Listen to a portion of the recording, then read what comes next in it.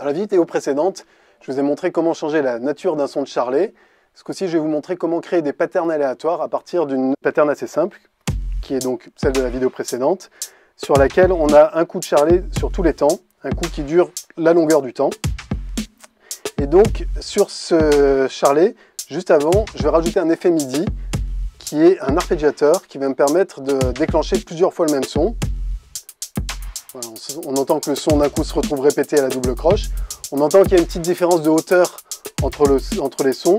C'est dû à ce paramètre distance que je vais remettre à 0, qui fait que tous les sons maintenant sont joués à la même hauteur. Voilà, donc pour le moment j'ai juste un son qui est répété à la double croche. L'idée ce serait de le répéter à des vitesses différentes, donc pouvoir changer ce rate de manière aléatoire.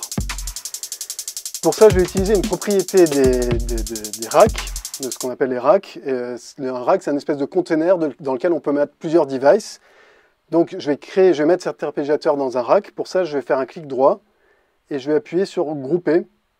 Donc, on voit qu'il y a une petite boîte qui apparaît.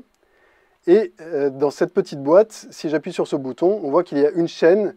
C'est donc la chaîne qui contient notre arpégiateur. Et l'idée, ça va être d'empiler plusieurs de ces chaînes, chacune avec son propre rate, et faire en sorte que ces chaînes soient déclenchées de manière aléatoire.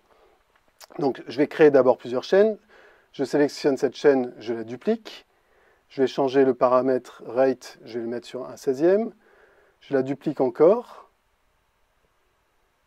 je vais mettre le rate sur 1/12e, donc au triolet, je la duplique une dernière fois et je vais mettre 1/8, c'est-à-dire à la croche. Si je lance la lecture, j'ai toutes mes chaînes qui jouent en même temps, donc ça donne beaucoup de notes déclenchées.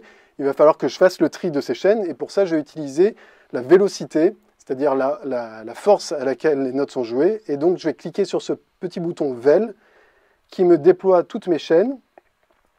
Et on voit que, ici, la vélocité de la note qui a été jouée apparaît.